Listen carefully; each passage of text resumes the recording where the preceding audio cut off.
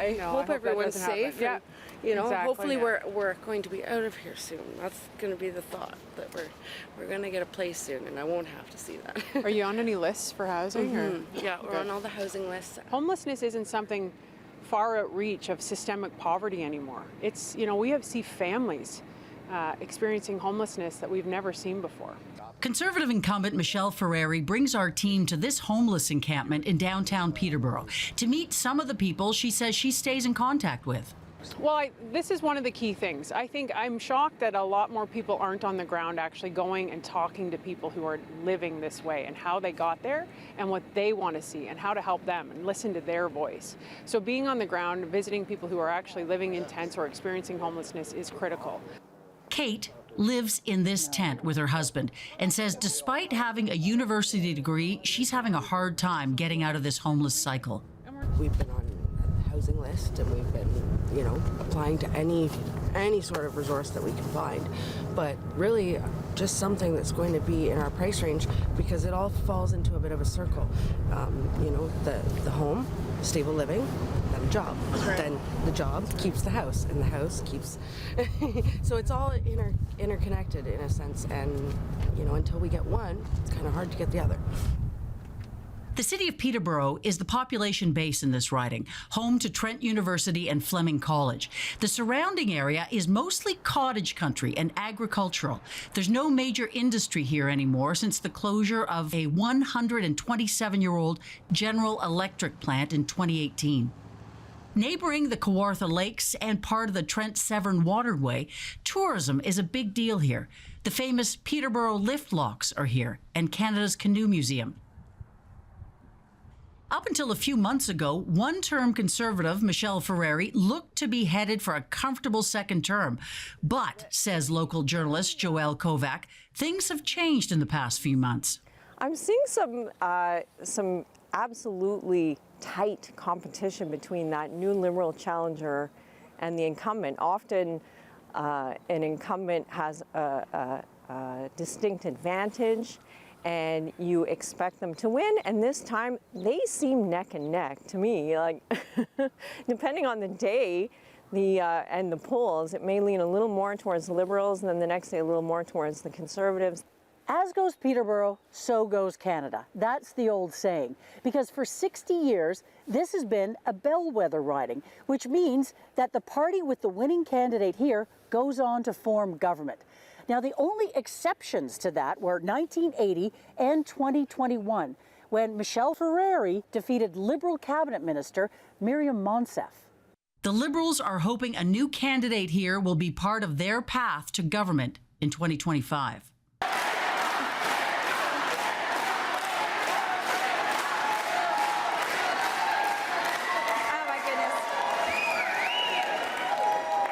Wow. Thank you. Good afternoon. Thank you so much for being here. I am Emma Harrison.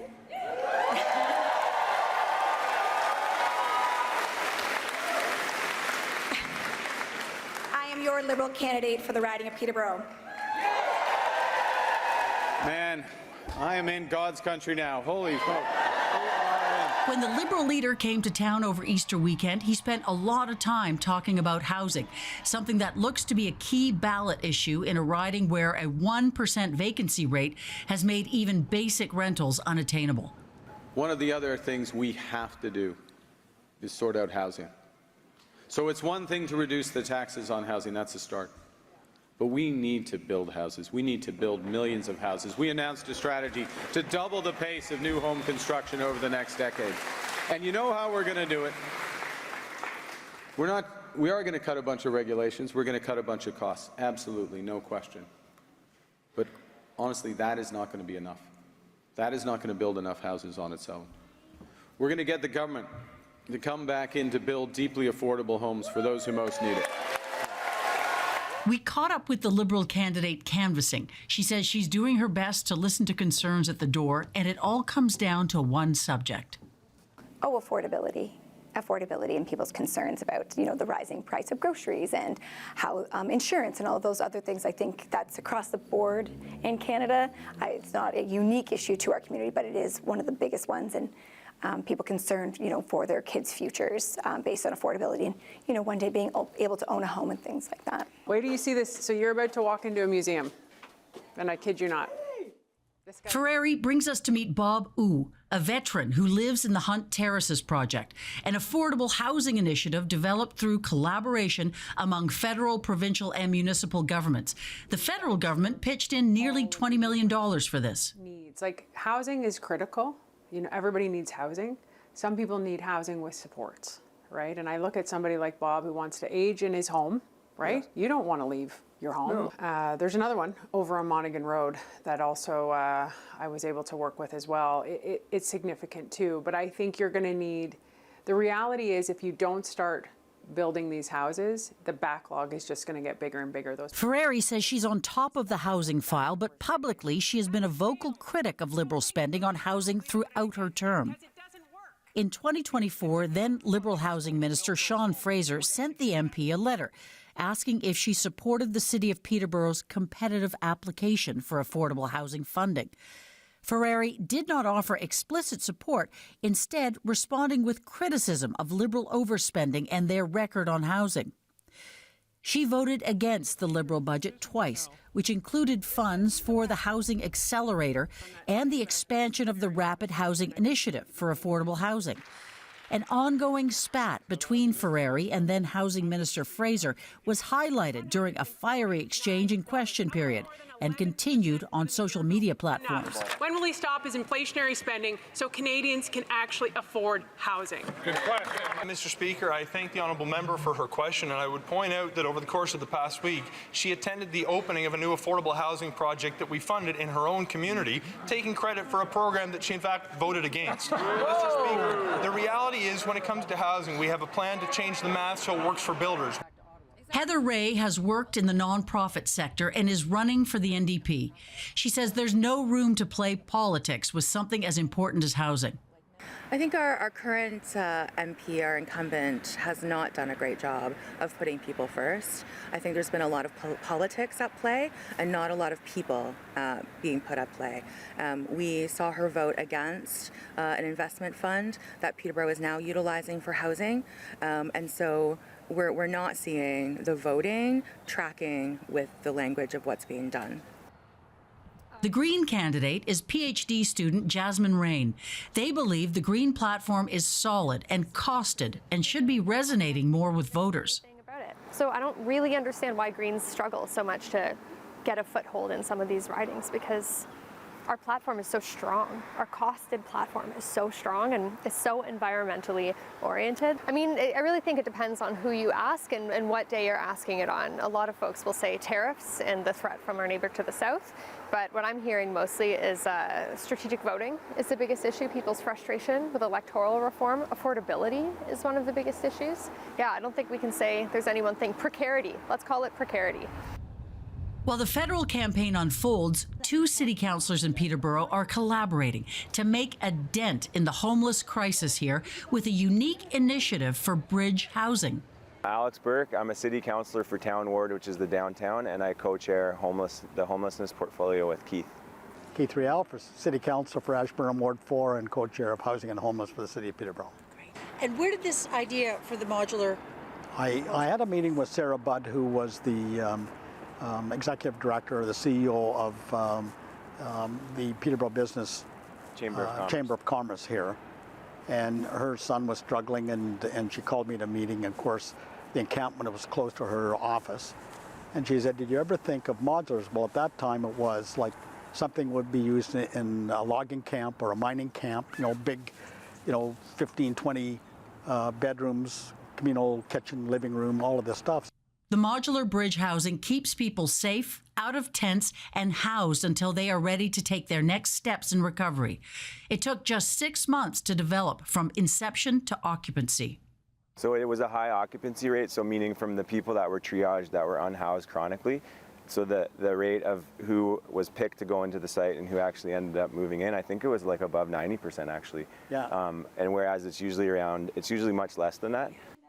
While housing remains a dominant issue here and across the country, the local candidates themselves may end up a top ballot issue here in Peterborough. Ferreri has been a controversial figure to some, says our pundit. She's got a reputation for brash talk and standing her ground, even when her opinions are unpopular. In 2022, as tourism critic, Ferreri was the first to call for an end to vaccine mandates that were hurting the local economy. It is essential that all federal vaccine mandates are removed immediately, which is why that's our motion today in the House of Commons. The move was championed by some business owners in Peterborough and condemned by others. These and other actions have contributed to entrenched love her or hate her camps for voters here. And I think locally, there's a bit about personalities. Like, you know, the incumbent Michelle Ferreri inspires a fierce following, and just as fierce trolling, I would say, or dislike or antipathy. Like there seems to be, so there seems to be that tension there. It's unusual for a local candidate to be targeted in a campaign, but a group called No More MP Ferreri has registered as a third-party advertiser with Elections Canada, launching a billboard and online campaign against the incumbent. It's the only one of 93 third-party advertisers across the country that is targeting a single candidate.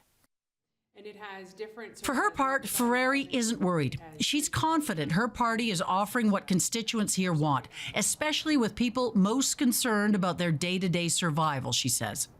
Listen, I think there's one question on the ballot for people. What has gotten better in the last 10 years? That's it. That is the deciding question for people. Can you afford a fourth Liberal term? Can you afford to keep going in the direction we're going? Being collaborative and working with not only people in my party, but across the aisle, and listening. A lot of listening working with the community experts and leaders and listening to the needs that they have and then advocating for our community. Well, that's a look at the riding of Peterborough. We will be watching to see if incumbent candidate Michelle Ferreri will hold on to this riding that she won by only 3,000 votes in 2021. And will Peterborough return to being a bellwether riding? Now, let's head to the Bay of Quinte, where our timing was perfect to catch an all-candidates meeting that was very well attended.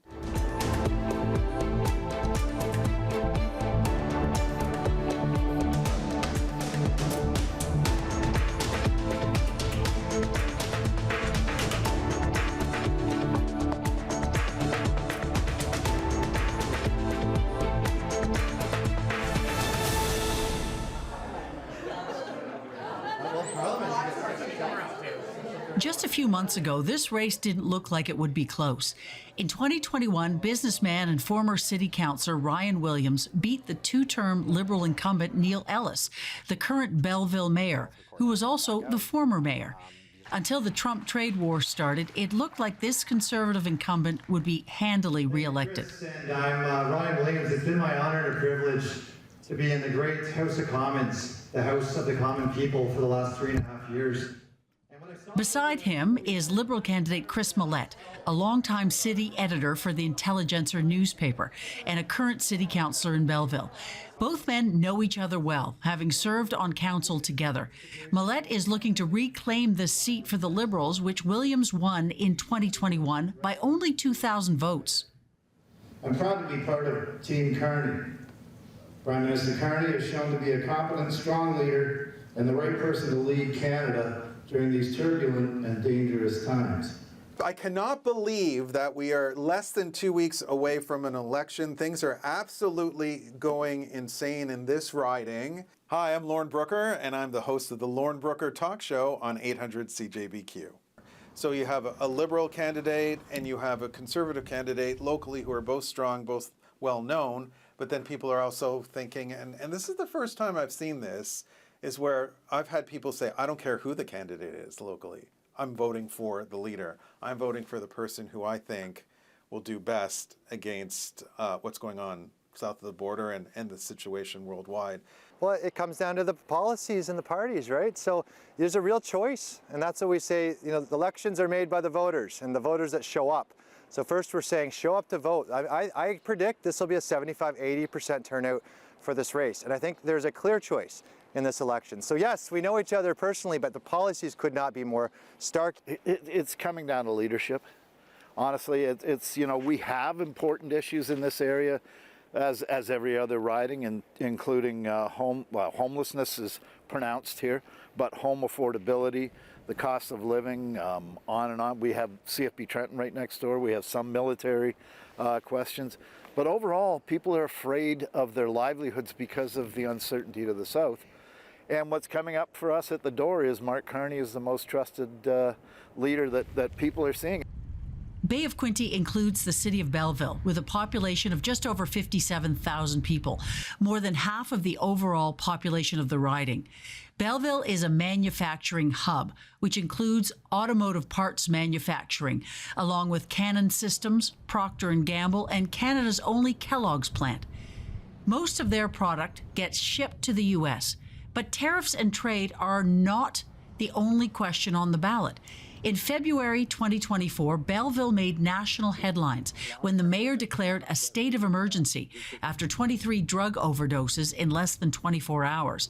Like many communities struggling with the drug and homelessness crisis, there are no quick fixes. Mr. Speaker, 9 months ago, Belleville, Ontario was rocked by an opioid crisis, 36 overdoses in only 48 hours. This Prime Minister said he would be there for Belleville, Ontario, but after 9 months, not one more dollar for infrastructure, no more treatment beds. And just last week, we had 11 overdoses in only 2 hours. Wow. How many more months does Belleville, Ontario have to wait for any support for mental health from this Prime Minister? Brandy Hodge, Executive Director, United Way, Hastings and Prince Edward. The state of emergency was declared in February of 2024, and it was in response to a toxic drug supply that hit our streets, and we had significant number of overdoses that was happening, or drug poisonings that were happening within a very condensed period of time, and that taxed our emergency services system. So everything from the emergency room at the hospital to our police, paramedics, and fire was really, we were at capacity over that period of time. Lisa Alley, CEO, Canadian Mental Health Association, Hastings, Prince Edward. So what we were asking for in our proposal is an integrated care hub so that we can provide low barrier services to people who are struggling with homelessness and addictions. We are asking for transitional beds so that as people are ready to come into recovery, they have housing and wraparound supports. And we were also asking for some outreach capacity, which is pairing a paramedic with a mental health worker. Although much of the direct support for these services lies with the province, many want the federal government to step up and help for what has become a national crisis. But the Liberals have been in power for 10 years, so why is this a growing problem? Well, it's a growing problem North America. You know, we have issues outside of our control that, you know, we've tried everything. For homelessness and addictions. Every possible policy that's been thrown at it hasn't met with a lot of success, not for lack of trying. Right here in Belleville, we have a new hub that we've invested heavily in as a municipality. I'm a 6-year municipal councillor when I took a leave to do this, but you know, we're front lines on that. Everything we've tried, including, you know, a substantial amount of federal and provincial money to help combat it, you know, is slowly getting a handle on it, but it's a multifaceted, it's almost like a game of whack-a-mole when it comes to homelessness and the addictions file.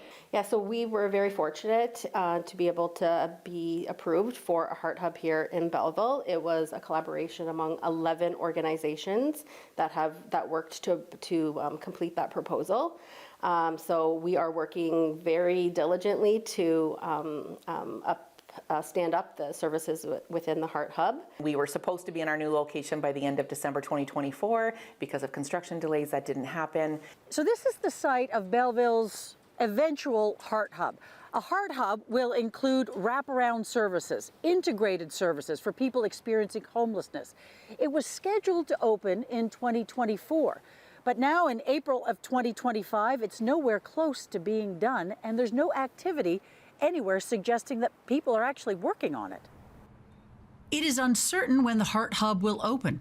This week, Pierre Poilievre said he would give judges the power to sentence people to mandatory treatment for drug addiction. This would require amendments to the criminal code. In this riding, housing and affordability are dominant issues for both those struggling to make ends meet and for the business community, says Jill Raycroft, the CEO of Belleville's Chamber of Commerce.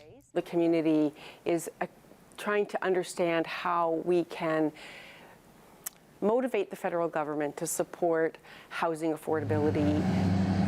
Raycroft says issues facing Belleville are interconnected and create barriers for economic growth.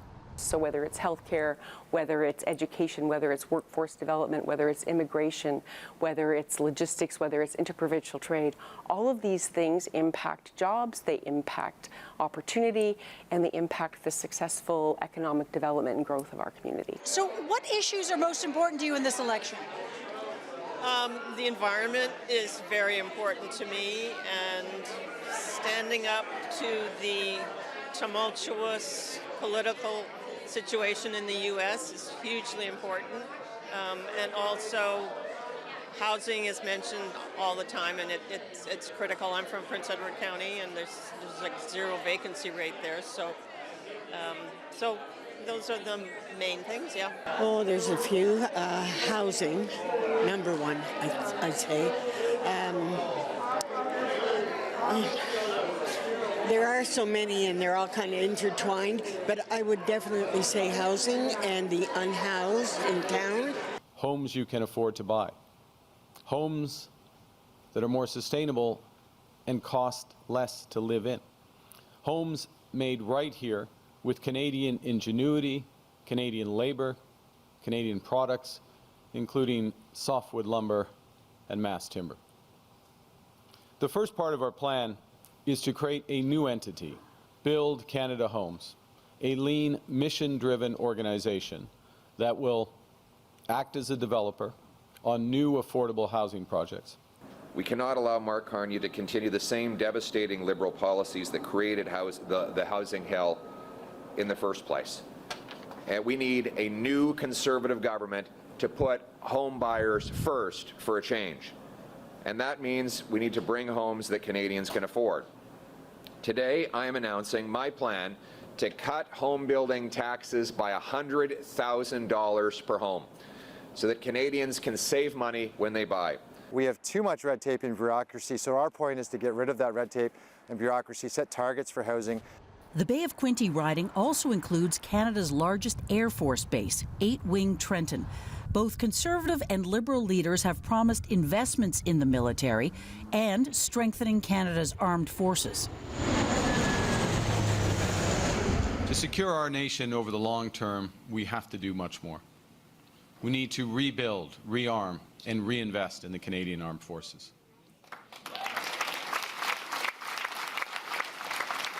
So we will boost our Made in Canada defense industry.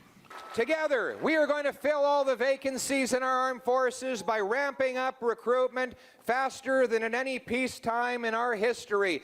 We are going to buy fighter jets, Poseidon aircraft that can look down and intercept the submarines that are swimming around from China and Russia in our Arctic waters.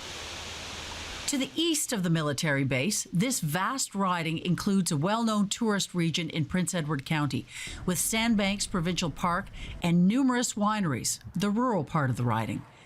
The county has attracted Toronto exiles and retirees for more than a decade, increasingly during the pandemic, driving up housing prices for local residents. It's where the NDP candidate and business owner Kate Crothers lives. We need the left at the table. We are seeing a centrist or right-wing government come into play.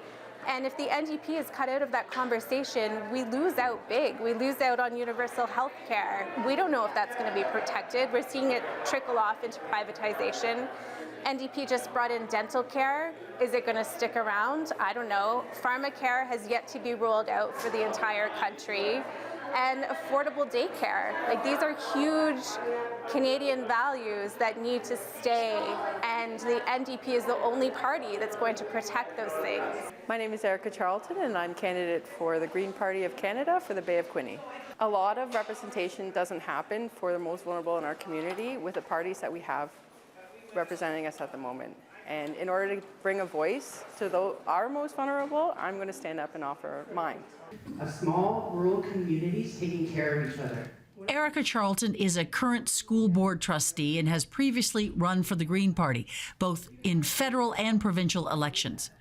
While there are many local issues of concern that people want to see addressed by federal parties, the issue that could decide this election, both nationally and here in the Bay of Quinte, is tariffs. And who is best to deal with that threat, says this local. Well, clearly the issue with the states would be the number one, and the economy, I guess. 6 months ago, it would have been a giant Conservative majority, safe seats in this riding and the riding up north. But now, polling sites and other people are calling it a toss-up. For CPAC, I'm Lucy Van Oldenbarneveld in Belleville, Ontario.